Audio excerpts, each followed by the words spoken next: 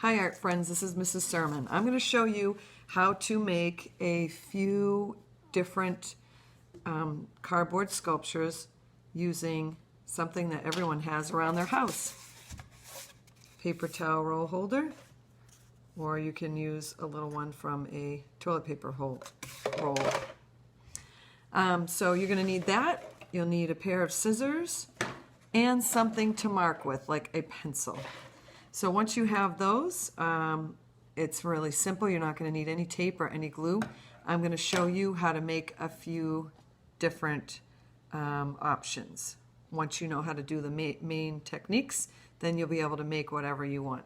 So here's two of the examples that I made. I made them, I didn't go too big, but you can add and put as many pieces on this as you like. You can make it a lot fuller. You could almost close it in and make it a full circle. These are both radial designs. That means they start in the center and everything moves out from the center, kind of like a pinwheel or like you'd see in a bike wheel, Ferris wheel, a whole pizza. Everything starts from the middle and goes out from the center. So another option that you can make besides that will be to make some kind of animal or person by stacking the tubes upward and adding to it that way. This is supposed to represent a giraffe. It's got a long neck. There's a small head with the little ears that I've made and a tail. So I'm going to show you how to do that. If you don't have anything saved up right now or in your recycle bin to use, you can wait and do this next week. So I'm going to show you the basic techniques and then you can use them to create whatever you want to create. So I might show you how to put this little one together, and you can go as big as you want and as complicated as you want. So first you're going to take your tube and you can squish it a little bit and you're just going to cut rings out of this. Now when you cut your rings, you want to make them about the same thickness. They don't have to be perfect, but about the same size.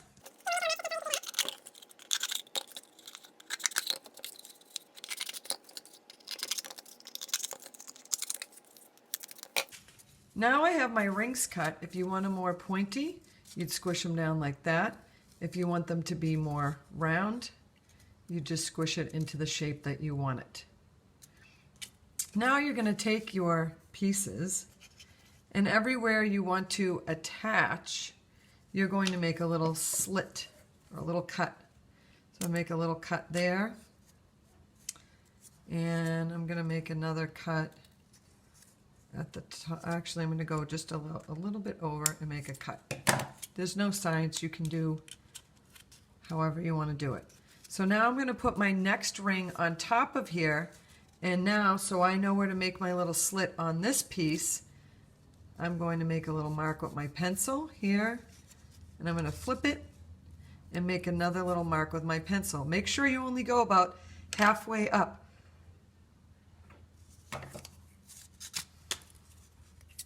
So you're going to go about halfway up and you're going to snip, and I'm going to turn it. Here's my other pencil mark, and I'm going to make my other cut right there. Now I'm going to line these two slots up. Line these two slots up, and you're going to push them down so that they interlock, kind of like a puzzle.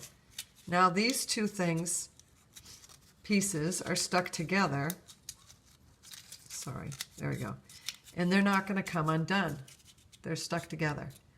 Now, if I want this to be the middle piece, I would now put another piece here. So now what I'm going to do is I'm going to make another slot, another little cut right there, slit, and then make another one there. Same thing, put my piece on top. Now I know where I want my piece to be.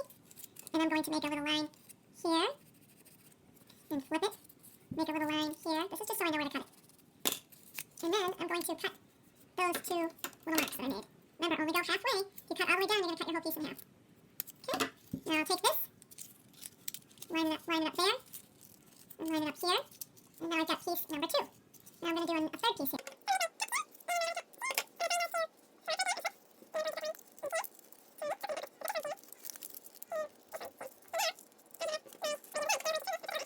flip it over. And now I can keep adding to that. So you know how to do that one. Now I'm going to show you, it's the same principle to make this guy right here. But you can make him have 4 legs. He can be a dog. He could be a cat. All you're going to do is take your tubes, and if it's a long tube, you got to cut it down, and make your little slits here. You're going to take your next tube,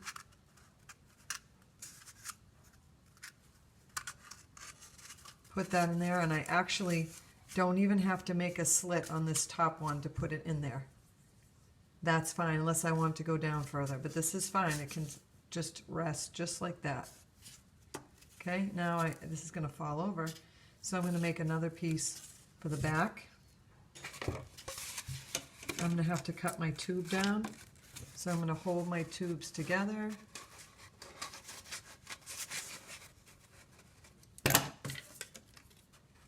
Make a little line.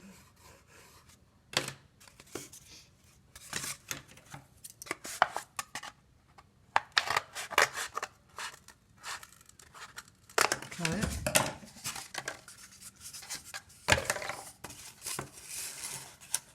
That looks good.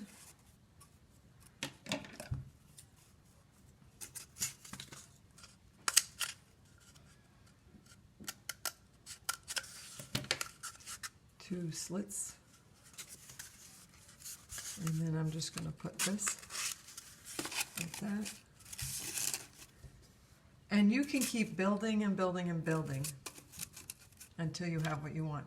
If you want to make a little tail, you just cut this thinner.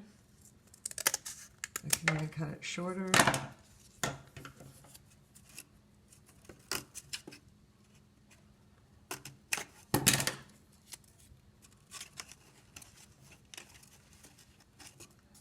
There's a tail. And the ear that I took from the other one, the giraffe, yeah, I just cut a triangle, and then I had a little slit in that, and then it can just push on here. So this is making a short little, I can make this a dog. For the head, I just took a piece like this.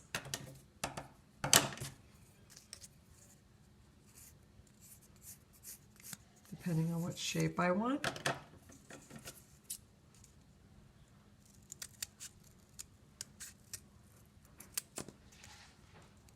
Trim that to where I want it. Add 2 slits. And put this on here.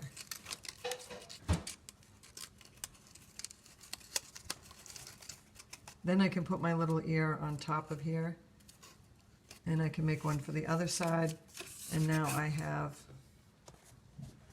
a dog or a smaller animal. So I'm interested in seeing what you can make out of this method of cutting the cardboard tubes and putting them together. Thank you.